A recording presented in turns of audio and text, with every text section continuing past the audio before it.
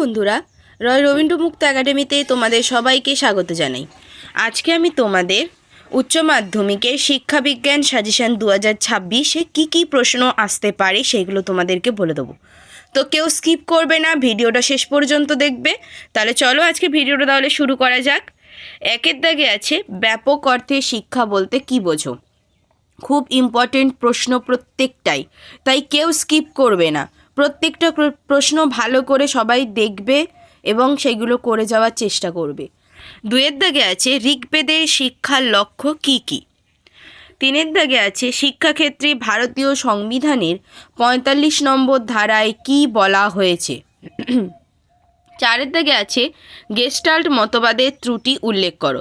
তো বন্ধুরা, তোমাদের জন্য একটি গুরুত্বপূর্ণ ঘোষণা।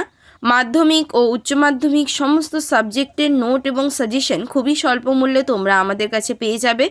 তার জন্য আমাদের অফিসিয়াল নম্বর 9088283819 অথবা 8478037242 এই নম্বরে যোগাযোগ করতে পারো। তাহলে চলো পাঁচের দাগে আছে মূক ও বধির শিশুদের শিক্ষার উদ্দেশ্য লেখো। ছয়ের দাগে আছে হার্ডওয়্যার ও সফটওয়্যারের মধ্যে 3টি পার্থক্য লেখো। সাতের দাগে আছে অভ্যাস কাকে বলে। আটের দাগে আছে প্রাচীন অনুবর্তন তত্ত্বের প্রভাব উল্লেখ করো। এবং নয়ের দাগে আছে একসাথে বাঁচতে শেখার কয়েকটি উদ্দেশ্য লেখো।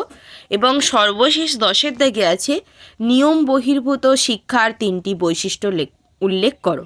তো এই ছিল তোমাদের আজকের ভিডিওটা যদি ভালো লেগে থাকে তাহলে অবশ্যই একটা লাইক করে দেবে এবং কমেন্ট করে জানাবে যে তোমাদের আর কি ভিডিও চাই, এবং বন্ধুদের কাছে একটা শেয়ার করতে ভুলবে না। এবং আমাদের চ্যানেলের ভিডিও সবার আগে পাওয়ার জন্য চ্যানেলটিকে সাবস্ক্রাইব করে বেল আইকনটিকে অল করে রাখবে। তো আজকের এই পর্যন্ত, দেখা হচ্ছে পরের ভিডিওতে।